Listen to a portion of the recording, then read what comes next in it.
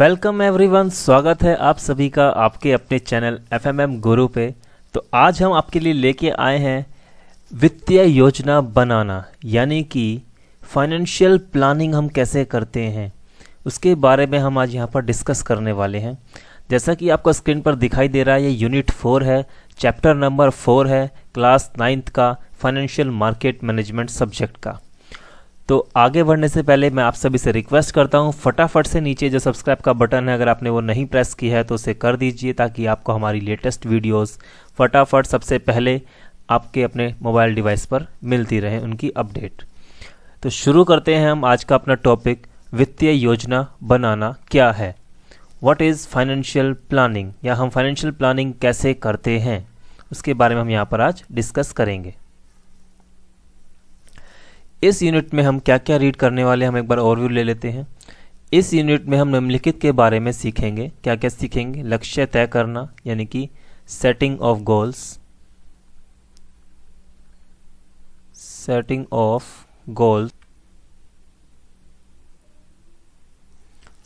Of goals हो गया हमारा।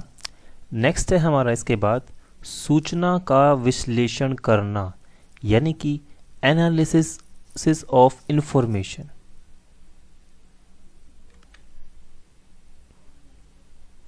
Analysing information,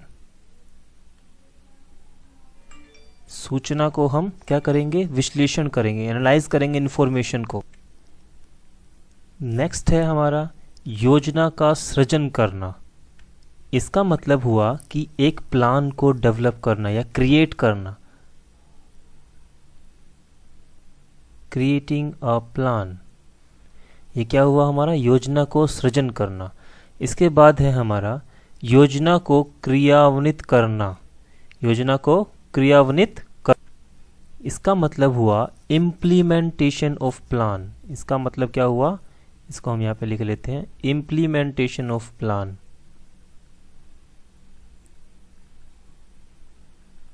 implementation of plan. और हमारा लास्ट जो पॉइंट है उसमें हमें बताया जाएगा क्या? योजना की मॉनिटरिंग करना और संशोधन करना, यानी कि जो हमने प्लान बनाया उसको मॉनिटर करना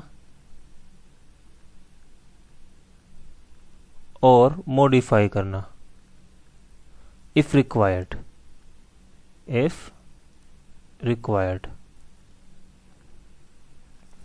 तो अब जो ये हमने देखा, इसको देख के हमें कुछ सरल सी बातें समझ में आ रही हैं। क्या समझ में आ रहा है? सबसे पहले हम क्या करेंगे? सेट करेंगे अपना गोल। ये हमारा पॉइंट नंबर 1। पॉइंट नंबर 2 में हम गोल सेट करने के बाद एनालाइज करेंगे इंफॉर्मेशन। पॉइंट नंबर 3 में हम क्या करेंगे? हम क्रिएट करेंगे एक प्लान। नंबर 4 में हम करेंगे उस प्लान को इम्प्लीमेंट, और नंबर 5 में हम क्या करेंगे? जो इम्प्लीमेंट किया है उसको मॉनिटर और मॉडिफाई इफ रिक्वायर्ड। ठीक है, तो ये हमारा पूरा प्रोसेस है किसी भी योजना को बनाने के लिए। ये सिर्फ योजना मतलब फाइनेंस रिलेटेड योजना के बारे में बात नहीं है। आप कोई भी योजना बनाओगे, कोई भी प्लान अगर बनाना चाहते हो तो वो कैसे बनता है, कैसे काम करता है, कोई भी चीज़ आप सेट करना है, कोई भी गोल सेट करना है आपको, तो वो कैसे काम करेगा, कैसे बनेगा, कैसे उसको आप अचीव कर पाओगे, ये उसके बारे में भी बात हम यहाँ पर करेंगे साथ साथ। तो हमारे 5 पॉइंट हैं। सबसे पहला पॉइंट है हमें गोल सेट करना है अपना, कि हम क्या चाहते हैं। दूसरा है एनालाइजिंग द इंफॉर्मेशन, यानी कि हमें जो हमारे पास इंफॉर्मेशन, जो हमारे पास जानकारी है, सूचना है, उसका विश्लेषण करना है, उसको एनालाइज करना है। और नंबर 3 है हमारा क्रिएटिंग द प्लान। हमने गोल सेट किया, इंफॉर्मेशन जो अवेलेबल थी उसको एनालाइज किया, उसके बाद हम क्या करेंगे? एक प्लान बनाएंगे। ठीक है, और प्लान बनाने के बाद नंबर 4 पे हम करेंगे उसको इम्प्लीमेंट। जो हमने प्लान बनाया उसको इम्प्लीमेंट करेंगे, अपने लाइफ के अंदर उसको लेकर आएंगे, उसका पालन करेंगे। और नंबर 5 पे हम जब उसको इम्प्लीमेंट कर चुके होंगे तो हम उसको मॉनिटर करेंगे कि क्या वो सही से काम कर रहा है, कि क्या जो हम चाहते हैं उस प्लान से वो सिद्ध होगा। ठीक है, और अगर कोई ज़रूरत पड़ेगी तो हम उसमें कुछ मॉडिफिकेशन भी, बदलाव भी कर सकते हैं। तो ये हमारा इस पॉइंट का, इस टॉपिक का एक शॉर्ट समरी बोल सकते हैं हम। हमने इसको फटाफट से देख लिया। अब आगे चलते हैं हम। आइए पीटी कक्षा के दौरान किसी खेल को खेलने के उदाहरण पर विचार करें। ठीक है, कोई गेम है, हम अब अपना पीटी का जो पीरियड लगता है स्कूल के अंदर, वहाँ पे हमें कुछ गेम्स अगर खिलाए जाते हैं तो वहाँ पे हम कैसे उस गेम को खेलते हैं। तो सबसे पहला क्या है, लक्ष्य तय करना। खेले जाने वाले खेल क्रिकेट या फुटबॉल। सूचना का विश्लेषण। उपलब्ध टीम के सदस्य क्रिकेट, तेज गेंद फेंकने वाला स्पिनर, फॉरवर्ड स्ट्राइकर, सुरक्षात्मक फुल बैक। योजना का सृजन करना। तेज बॉलर या स्पिनर पहले कुछ ओवर बॉल फेंकना। ओपनर का चयन करना। उनकी मजबूती या कमजोरियों का विचार करना। अब क्या बोल रहा है, सबसे पहले हमने लक्ष्य तय किया कि हमें क्या करना है। हमें क्या करना है, हमें क्रिकेट खेलना है। सूचना का विश्लेषण, उसके बाद हम सूचना का विश्लेषण, हमारे पास क्या क्या जानकारी है, क्या क्या चीज़ें हमारे पास उपलब्ध है, हम उसके बारे में विश्लेषण करेंगे। यानी कि उपलब्ध टीम के सदस्य, टोटल कितने मेंबर्स हमारे पास अवेलेबल हैं, उसमें से कौन तेज गेंद फेंकता है, कौन स्पिन कराता है, कौन फॉरवर्ड खेलता है, कौन डिफेंस खेलता है, ये सब हम देखेंगे। योजना का सृजन, उसके बाद हम एक प्लान बनाएंगे। क्या प्लान बनाएंगे कि जो स्पिनर है या तेज बॉलर है वो पहले कुछ ओवर डालेगा, फिर स्पिनर आएगा, फिर तेज वाला आएगा। तो इस तरीके से हम प्लान बनाएंगे। ठीक है, इसके साथ साथ हम सामने वाली जो टीम है उनकी कमजोरियां और जो हमारी टीम है उसकी जो कुशलता है या कमजोरी है उनके बारे में विश्लेषण करेंगे, जानकारी इकट्ठा करेंगे, विचार करेंगे उसके ऊपर। इसके बाद योजना को क्रियान्वित करना।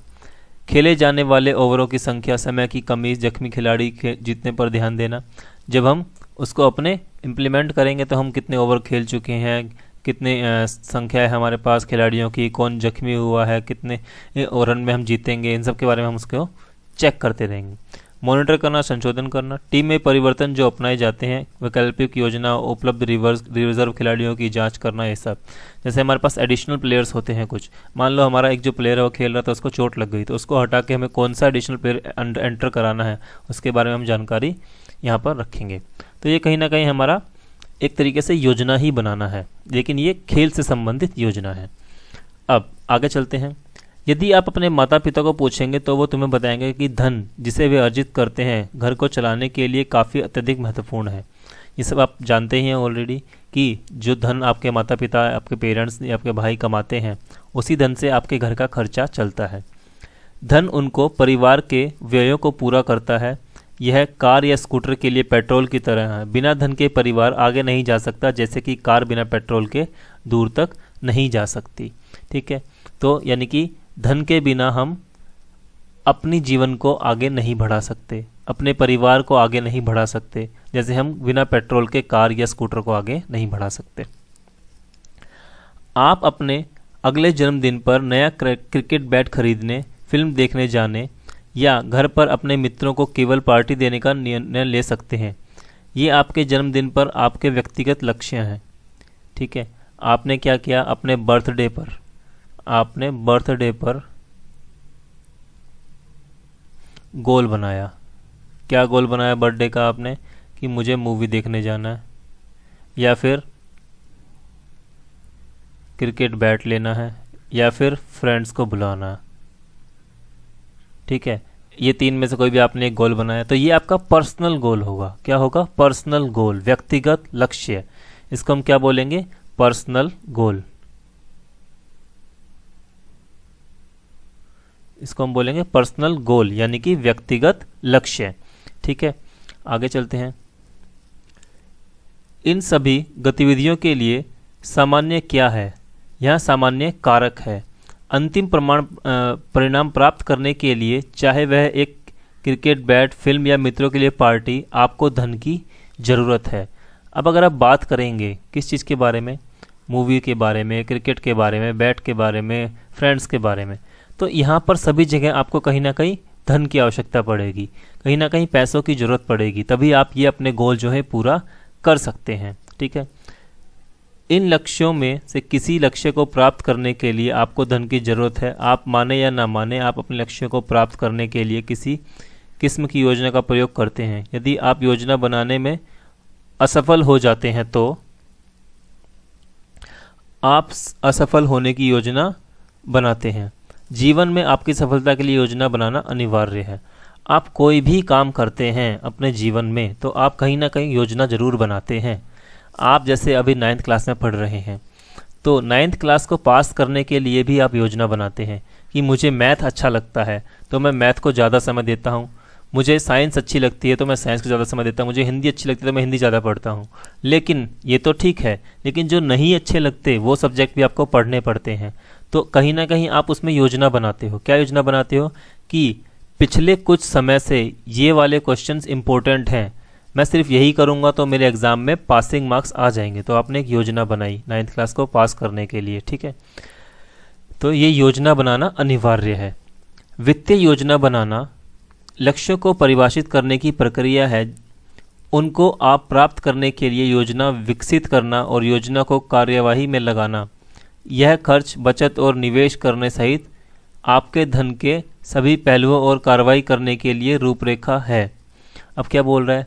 फाइनेंशियल प्लानिंग, जो हमारी फाइनेंशियल प्लानिंग है, वित्तीय योजना जो हम बनाते हैं, लक्ष्यों को परिभाषित करने की प्रक्रिया है। जो फाइनेंशियल प्लानिंग है वो क्या है? लक्ष्यों को परिभाषित करने की प्रक्रिया। जो आपने गोल डिसाइड किया उनको परिभाषित, उनको डिफाइन करने की एक प्रोसेस है कि प्राप्त करने की ये योजना, विकसित करना और योजना को कार्यवाही में लगाना। यह खर्च, बचत और निवेश करने सहित आपके धन के सही पहलुओं पर कार्रवाई करने के लिए रूपरेखा है। इसमें हम क्या करते हैं? देखो, जो फाइनेंशियल प्लानिंग होती है, जो फाइनेंशियल प्लान होता है, यहाँ पे हम अपना खर्च यानी कि एक्सपेंस, आपकी इनकम और आपकी सेविंग्स, आप इन तीनों पॉइंट्स पर यहाँ पर बात करते हो, तभी आपका एक फाइनेंशियल प्लान अच्छे से बन सकता है। जब तक आप इन तीनों पॉइंट्स को कंसीडर नहीं करोगे तब तक आपका फाइनेंशियल प्लान अच्छा नहीं बनेगा, ठीक है। और आगे चलते हैं हम इस टॉपिक के अंदर। कुछ लोग ठीक योजना बनाते हैं और इसका अनुसार जाने पर पुरस्कार पाते हैं। शानदार कारें, आरामदायक घर, बचतें, अमोद प्रबंधन के लिए छुट्टियां में भ्रमण, अन्य लोगों की योजना बनाना नहीं सीखते और उनके पास कभी भी पर्याप्त धन नहीं होता। अब ये क्या बोल रहा है? जो लोग अच्छा फाइनेंशियल प्लान बनाएंगे, गुड फाइनेंशियल प्लान अगर ने आपने बनाया और इसको अच्छे से इम्प्लीमेंट किया तो आपको क्या मिलेगा? आपको एक बेहतर जीवन मिलेगा, आपको एक अच्छा पुरस्कार मिलेगा। क्या पुरस्कार मिलेगा? आप अपना जो ड्रीम्स हैं, एक अच्छी कार, एक अच्छा घर, घूमने के लिए छुट्टियों पे जाना, इन सब के बारे में आप फिर सोच सकते हो। इस प्रकार यह अंतर क्यों और अच्छी वित्तीय योजनाओं के तत्व क्या है, नीचे रेखांकित दिए गए चित्र में आपको बताया गया है। यानी कि एक अच्छी वित्तीय योजना कैसे बनती है इसके बारे में हम आप इस डायग्राम के अंदर देखेंगे। सबसे पहले हमें क्या करना पड़ता है? सबसे पहले हमें एक लक्ष्य तय करना पड़ता है, सूचना का विश्लेषण करना पड़ता है, फिर योजना बनाई जाती है, फिर योजना को क्रियान्वित किया जाता है, फिर योजना की मॉनिटर करनी पड़ती है और संशोधन की जरूरत पड़े तो संशोधन भी हम करते हैं। ये स्टार्टिंग में मैंने आपको बताया था, हमारे जो 5 पॉइंट थे, ठीक है। ध्यान दें कि वित्तीय योजना जारी सोचने की प्रक्रिया है। जो हमारा ये फाइनेंशियल प्लानिंग है, फाइनेंशियल प्लानिंग जो है ये एक कॉन्टिन्यूअस प्रोसेस है।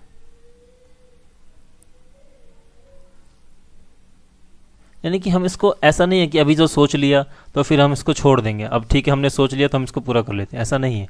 हमें इसको कॉन्टिन्यूअसली सोचते रहना पड़ता है कि मुझे इतना पैसा मेरे पास आया है, इसको कितना सेव करना है, क्योंकि हम अर्निंग जो करते हैं, कमाई जो करते हैं, कहीं ना कहीं वो कॉन्टिन्यूस बेसिस पे करते हैं। ऐसा तो नहीं है कि हमने एक बार कमाई की और उसके बाद पूरी ज़िंदगी हम उसको बैठ के खा लेते हैं, नहीं। हम हर महीने कुछ पैसा कमाते हैं, हर दिन कुछ पैसा कमाते हैं, तो उस पैसे को हम कैसे इस्तेमाल करें, वही उसी का प्लान करना फाइनेंशियल प्लानिंग कहीं ना कहीं कहलाता है। तो ये कॉन्टिन्यूअस प्रोसेस है, लगातार हम इस काम को करते हैं। योजना स्वयं में लिखित में हो सकती है, परंतु यह समय के दौरान बदल सकती है और बदलना चाहिए, जैसा कि आपके जीवन में आपकी परिस्थितियां बदलती हैं। आइए वित्तीय योजना के चरणों के प्रत्येक एक को अधिक विस्तार से देखें। अब ये क्या बोल रहा है ये योजना रिटर्न में हो सकती हैं, लिखित रूप में हो सकती हैं, लेकिन समय के अनुसार इसको चेंज होना चाहिए। इम्पोर्टेंट है चेंजेस जीवन में। जैसे जैसे आपकी परिस्थितियां चेंज होती हैं, जैसे जैसे आपकी अर्निंग कैपेसिटी चेंज होती है, आपकी कमाई का जरिया, आपकी कमाई कितनी हो रही है वो चेंज होता है, तो उसी तरीके से आपकी योजना भी चेंज होनी चाहिए। ठीक है, मान लीजिए आप अभी जीवन में अपने जो घर में है, आपकी लाइफ में है, जीवन में आप वो कमा रहे हैं कितना, मान लेते हैं हम 500 रुपये पर महीना कमा रहे हैं। ठीक है, तो 500 में से मैं 490 रुपये खर्च कर रहा हूँ और 10 रुपये सेव कर रहा हूँ। ठीक है, अगले महीने से मेरी कमाई हो गई 600 रुपया। तो इस केस के अंदर भी मान लो मैं 490 ही सेव करूँ, खर्च करूँ, तो मेरे पास 110 बचेंगे। तो इस तरीके से आपकी जब कमाई बढ़ती है, तो अब मान लेते हैं 700 रुपया हो गई, तो मेरा खर्चा थोड़ा सा बढ़ गया। ठीक है, मान लेते हैं मेरा खर्चा हो गया 650 रुपया, तो यहाँ पे 50 ही बचेंगे। तो कहीं ना कहीं चेंजेस आए, तो वो चेंजेस लाने बहुत ज़रूरी हैं। ठीक है, आगे चलते हैं। वित्तीय योजना का संभवतः सबसे बड़ा भाग स्वयं को जानना है। आप क्या बनना चाहते हैं, आप क्या चाहते हैं कि धन आपके लिए क्या करे, आप किस किस्म का पेशा चाहते हैं, आप कहाँ रहना चाहते हैं, आप किस किस्म की कार खरीदना चाहते हैं। इन सभी प्रश्नों के उत्तर में एक अंश तक या अन्य अंश तक शामिल है। विरले उत्पादों को छोड़कर हम में से अधिकांश के पास हर चीज़ करने के लिए पर्याप्त धन नहीं है। इसके बजाय हमें चयन करना होता है चयन करना होता है और दुविधा होती है, क्योंकि हमारे पास समय और धन की सीमित राशियां, सीमित संसाधन। इन चयनों को करने में सहायता के लिए एक अच्छी वित्तीय योजना जरूरी है और इच्छाओं के बीच अंतर भी कर सकते हैं हम। इससे ज़रूरत और अपनी इच्छाओं के बीच अंतर भी स्पष्ट कर सकते हैं। अब ये क्या कहना चाह रहा है, इसको जरा हम थोड़ा विस्तार से देखते हैं। हमारे पास जो है मनी है, मनी जो है वो हमारे पास क्या है, लिमिटेड है। लिमिटेड है मतलब सीमित है। लेकिन हम जो करना चाहते हैं, हमारी वांट्स क्या होती है, हमारी इच्छाएं, ये क्या है, हमारी अनलिमिटेड है। अनलिमिटेड है। हम सभी चाहते हैं कि हम बाहर देश में घूमने जाएं, हम सभी चाहते हैं कि हमारे पास एक लंबी गाड़ी हो, हम सभी चाहते हैं कि हमारे पास एक बढ़िया सा फ़ोन हो, हम सभी चाहते हैं कि हमारे पास बहुत अच्छे अच्छे कपड़े हों, ड्रेसेस हों हमारे पास। लेकिन क्या ये सभी चीज़ें, क्या ये सभी काम करने के लिए हमारे पास पर्याप्त धन है? नहीं है। तो कहीं ना कहीं हमें फिर विचार करना पड़ता है कि हम कौन सी चीज़ पर खर्चा करें और कौन सी पर नहीं करें। तो वो जो विचार हम करते हैं उसी को हम एक तरीके से फाइनेंशियल प्लानिंग भी बोलते हैं। आगे चलते हैं, हमारा टॉपिक है नेक्स्ट, ज़रूरत बनाम इच्छाएं। ज़रूरत बनाम इच्छाएं, यानी कि हमारे पास यहाँ पर दो चीज़ें हैं, एक मैंने वांट्स लिखा और यहाँ पर मैं लिख देता हूँ नीड्स। तो नीड्स और वांट्स, जो नीड्स होती है हमारी ये लिमिटेड होती हैं, क्योंकि ज़रूरतें क्या होती हैं, हमारी ज़रूरतें होती है हमारा खाना, हमारा पानी पीने के लिए, घर एक रहने के लिए, कपड़े। ठीक है, ये हमारी क्या है, ये हमारी ज़रूरतें हैं जो हमें चाहिए ही चाहिए जीने के लिए। ठीक है, तो ये जो ज़रूरतें हैं ये क्या है, सीमित हैं। और जो हमारी वांट्स हैं, जो इच्छाएं हैं, एक बड़ा घर, एक बड़ी गाड़ी, ठीक है, ये क्या है, हमारी इच्छाएं हैं। तो यही अंतर है हमारा ज़रूरतें और इच्छाओं के अंदर। ज़रूरतें अनिवार्य हैं और जीवन की बुनियादी ज़रूरतें जैसे खाद, कपड़े और रहने के लिए स्थान आदि। इच्छाएं केवल जीवन की गुणवत्ता को बढ़ाती हैं। ज़रूरतें और संसाधन सीमित हैं परंतु इच्छाएं असीमित हैं। फिल्म देखने जाना, बाहर खाना खाना, छुट्टियों में बाहर जाना इच्छाएं हैं। इच्छाएं आमोद प्रमोद के लिए और दिलचस्प भी होती हैं और इच्छाओं से सभी गलत नहीं होता। इच्छाएं हमारी बहुत सारी हो सकती हैं, तथापि धन की सीमित राशि वाले लोगों के लिए ज़रूरतें सबसे अधिक प्राथमिकता वाली हैं। जिनके पास सीमित धन है, जिनके पास मनी लिमिटेड है, उनके लिए सबसे पहले वांट्स को पूरा करना ज़रूरी है। ठीक है, ये दोनों पूरा करना जरूरी। अगर कुछ पैसा बच जाता है तब आप नीड्स पे जाते हैं। सॉरी, लिमिटेड मनी वालों के लिए नीड्स पूरा करना जरूरी है। कुछ पैसा बचेगा अगर, तो वो वांट्स के बारे में सोचते हैं। ठीक है, अब नीचे क्या बोल रहा है, नियम कार्य 1.1 के बीच में कॉलम में 5 मदों या गतिविधियों की सूची दें जिसमें धन लगता है। तब प्रत्येक मद को लिखें और जैसा आप ठीक देखते हैं जरूरत या इच्छा कॉलम में चेक चिन्ह लगाएं। ये काम आपको करना है। इसको अपनी कॉपी में मेंटेन कीजिएगा और फिल करके स्क्रीनशॉट शेयर ज़रूर कीजिएगा कमेंट्स बॉक्स में, या फिर आप नीचे कमेंट बॉक्स में लिखकर भी मुझे बता सकते हैं कि ज़रूरतें, इच्छाएं में कौन कौन सी चीज़ें आएंगी। पहले बीच में आपको लिखना है क्या आ सकता है। जैसे अगर हम यहाँ पे लिखें फूड, अब ये फूड ज़रूरत है या इच्छा है? फूड हमारी ज़रूरत है, तो ज़रूरत पे आपको टिक करना है। ऐसे ही आप यहाँ पे लिख सकते हो मूवी, घूमने के बारे में, तो वहाँ पे आपको टिक करना है कि वो आपकी ज़रूरत है कि इच्छा है। ठीक है,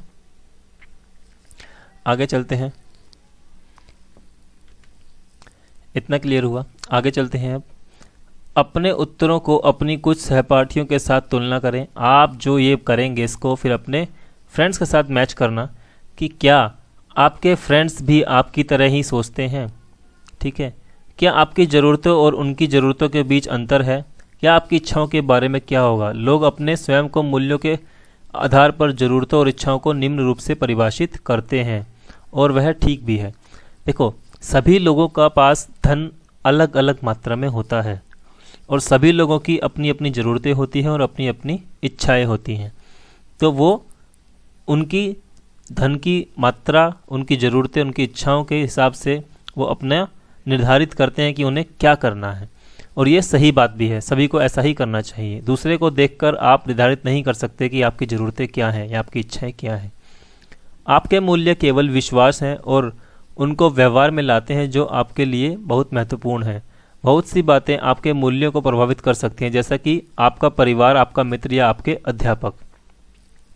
मूल्यों के कुछ उदाहरण, क्या उदाहरण हो सकते हैं? परीक्षा में अच्छे अंक प्राप्त करना, धन के साथ जिम्मेदार होना, कक्षा में समय पर पहुंचना, सच बोलना, आप जिन लोगों से प्यार करते हैं उनके साथ समय गुजारना आदि। गृह कार्य को समाप्त करना। अब ये क्या बोल रहा है कि आपकी जो वैल्यूज़ हैं, जो आपके मूल्य हैं, जो आपकी वैल्यूज़ हैं, मूल्य, जो आपके संस्कार जिसे हम बोलते हैं, वो निर्धारित करते हैं कुछ बातें। ठीक है, क्या बातें? कि आपकी ज़रूरतें कैसी हैं और आपकी इच्छाएं कैसी हैं। ठीक है, और आपकी वैल्यूज़, आपके मूल्य कैसे डेवलप होते हैं? वो इस तरीके से डेवलप होते हैं। परीक्षा में अच्छे प्राप्त करोगे, धन के साथ जिम्मेदार रहोगे, कक्षा में समय पर पहुंचना, सच बोलना, अपने प्रियजनों के साथ समय गुजारना, जैसे अपने फैमिली के साथ, अपने दोस्तों के साथ, गृह कार्य, घर पे जो काम मिलता है, होमवर्क मिलता है, उसको समय पर पूरा करना। इसके बाद क्या है? और क्या आप सचेतना से मानते हैं या नहीं आपके पास मूल्यों का सेट नहीं होता। उन मूल्यों में से कुछ धन से संबंधित है, जैसे अनावश्यक चीज़ों पर खर्च न करना। जैसे कि आपको बोला जाता है घर पे कि जो चीज़ आपकी ज़रूरत की नहीं है उस पर आप पैसा खर्च नहीं करेंगे। ठीक है, तो ये आपको सिखाया जा रहा है। क्यों?